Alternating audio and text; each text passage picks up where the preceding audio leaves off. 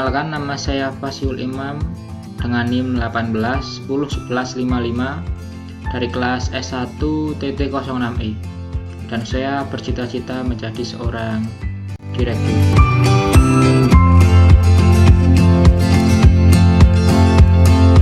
Saya akan menjelaskan materi modul 1, yaitu tentang dasar pemrograman berorientasi objek. Yang pertama adalah pengertiannya. PBO atau pemrograman berorientasi objek merupakan suatu teknik atau cara membuat program yang berorientasi pada objek. Sistem ini terdiri dari komponen kelas atau objek yang dapat melakukan interaksi dengan kelas atau objek lainnya untuk menyelesaikan suatu tugas. Berbeda dengan pemrograman terstruktur, PBO ini lebih fleksibel untuk pengembangannya. Di dalam PBO ada dua bagian. Yang pertama itu adalah private dan public. Member data atau member fungsi yang terdapat dalam private hanya bisa diakses dari dalam kelas tersebut. Sedangkan member data atau member fungsi yang terdapat dalam public dapat diakses di luar dari kelas tersebut. Kemudian ada objek dan pemanggilan member, fungsi, dan data. Secara umum, objek dari suatu kelas dapat didefinisikan dengan aturan sebagai berikut, yaitu dengan nama kelas lalu dengan nama objeknya.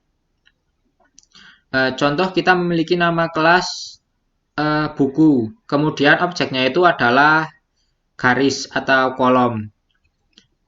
Yaitu berarti pendefinisian objek tersebut dengan buku lalu dengan kolom tersebut. Kemudian untuk memanggil member data atau member fungsi dari kelas oleh objek dapat dituliskan dengan aturan sebagai berikut. Nama objek lalu dot nama fungsi atau nama member data. Contohnya, kita ingin memanggil fungsi yang bernama pulpen, yaitu kan tadi objeknya kita pakai kolom, berarti kolom dot pulpen, seperti itu. Lalu akses data melalui member fungsinya.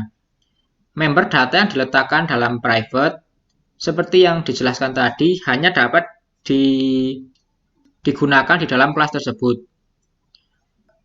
Untuk memasukkan nilai ke dalam data yang terdapat dalam private dari luar kelas dapat dilakukan melalui member fungsinya dengan menggunakan listening program. Memasukkan data ke dalam private itu juga termasuk mekanisme data hiding dalam PBO. Kemudian konstruktor. Konstruktor digunakan ketika banyak objek yang dibuat. Konstruktor juga digunakan agar objek dapat menginisiasi dirinya sendiri ketika pertama dibuat tanpa membutuhkan panggilan ke member function. Lalu untuk format penulisan konstruktor adalah sebagai berikut, yaitu nama kelas, kemudian kurung tutup buka, sama dengan lalu member data, kemudian nilainya. Nama konstruktor ini sama dengan nama kelas yang kita buat. Misalnya kelas kita tadi buku, nama konstruktornya ya buku, terus kurung buka kurung tutup sama dengan lalu nama member datanya. Kemudian ada overload konstruktor. Overload konstruktor ini merupakan suatu kondisi ketika terdapat lebih dari satu konstruktor dalam suatu kelas. Kondisi ini dapat terjadi ketika banyak pendefinisian objek dengan jumlah argumen yang berbeda. Kemudian ada fungsi yang didefinisikan di luar kelas. Selain member fungsi yang didefinisikan di dalam kelas, member fungsi juga dapat didefinisikan di luar kelas. Tetapi tetap membutuhkan deklarasi terlebih dahulu di dalam kelas. Dengan format penulisan sebagai berikut. Void nama kelas, kemudian titik dua kali, kemudian nama fungsinya. Kemudian objek sebagai fungsi argumen. Data dari suatu objek dapat menjadi masukan bagi objek lain dengan memanfaatkan objek sebagai argumen. Format penulisannya adalah sebagai berikut. Nama objek, dot nama fungsi, kemudian di dalam kurung ada nama objek 1, nama objek 2, dan seterusnya. Contohnya kan tadi kita menggunakan objek itu kolom. Misalnya kita ingin memanggil fungsi garis.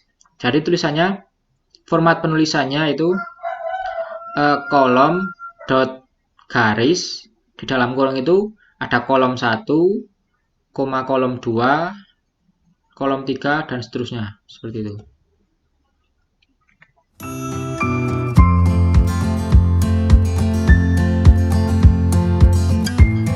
Saya akan menjelaskan contoh program tentang materi modul 1 ini. Di dalam program ini saya menggunakan overload konstruktor, kemudian pendefinisian objek di luar kelas, dan objek sebagai fungsi argumen. Di sini kita menggunakan header IOStream, kemudian kita menggunakan namespace std. Nama kelasnya itu rumus. Kemudian di dalam privat kita mendeklarasikan member datanya yang kita gunakan nanti, seperti R, P, T, L, T kecil, R kecil, S, dan P. Kemudian ini untuk menghitung luasnya nanti, untuk menaruh rumus. Kemudian konstruktor yang pertama yaitu kita gunakan untuk memberikan nilai 0 pada setiap member data. Kemudian konstruktor yang kedua kita gunakan untuk memberikan nilai 0 kepada masing-masing bangun ruang yang akan kita cari luasnya nanti. Kemudian di sini ada pendeklarasian member fungsi. Ini mendeklarasikan untuk mengambil datanya nanti. Lalu di sini ada pendeklarasian juga. Di sini kita mendeklarasikan untuk memasukkan rumus untuk menghitung masing-masing bangun ruang. Lalu kita mulai pendeklarasian di luar kelas. Ini deklarasi untuk memasukkan data kubus. Ini untuk memasukkan R. Lalu di sini ada untuk memasukkan yang dibutuhkan untuk mencari luas balok. Di sini untuk mencari luas tabung, dan di sini untuk mencari luas bola. Kemudian kita masuk ke rumusnya. Di sini ada luas A. Luas A kita berikan rumus 6 kali R kali R. R ini sisi untuk kubus. Lalu untuk luas B ini digunakan untuk mencari rumus balok. Rumusnya seperti ini. Kemudian ini bukan luas D, ini luas C. Luas C digunakan untuk mencari luas tabung. Rumusnya seperti ini. Kemudian luas D kita gunakan untuk mencari luas bola. Setelah kita selesai mendefinisikan fungsi untuk mengambil data dan menghitungnya, lalu kita masuk ke int main. Di sini kita menginisiasi objeknya dulu. Di sini saya menggunakan fi. F ini inisial dari Fasyul Imam. Kemudian masukkan kubus, balok, tabung, bola. Lalu kita panggil member fungsinya dengan cara objek dot lalu nama member fungsinya. Ini kita memanggil data kubus untuk memasukkan kubus, kemudian kita memanggil luas kubus untuk menghitung luas kubusnya, lalu data balok, luas balok, data tabung.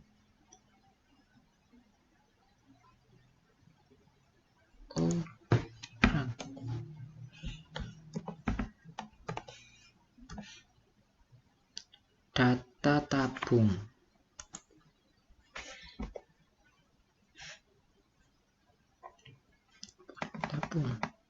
Luas tabung.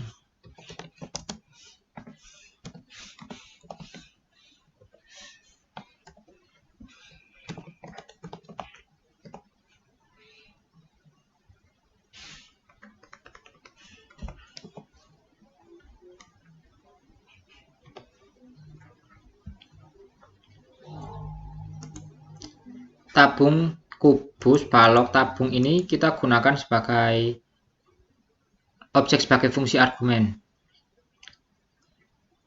Lalu kita coba run saja. Nah, di sini kita coba masukkan sisi kubusnya misalnya 5. Nah, luas kubusnya 150. Kemudian balok, panjang baloknya misalnya 4. Kemudian lebarnya 3, tingginya 5. Luas baloknya adalah 94. Kemudian untuk tabungnya, tinggi tabung misalkan 6, jari-jarinya 4, luas tabungnya adalah 251,2. Kemudian jari-jari bola 4, luas bolanya adalah 200,96.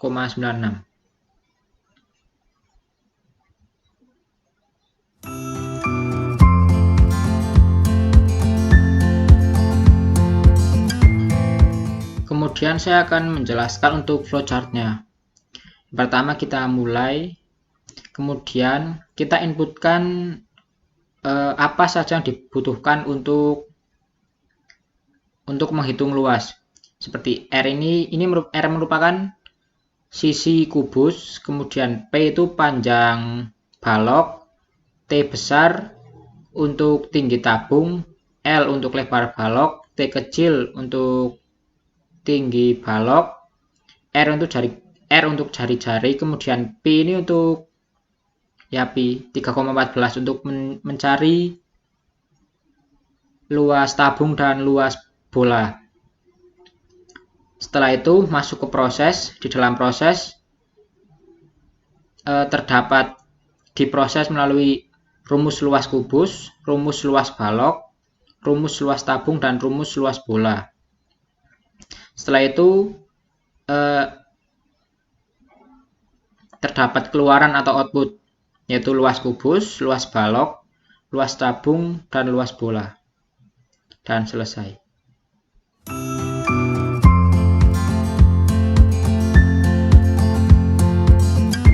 Saya memiliki sebuah quotes.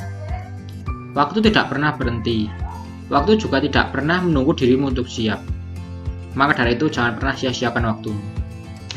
Asik.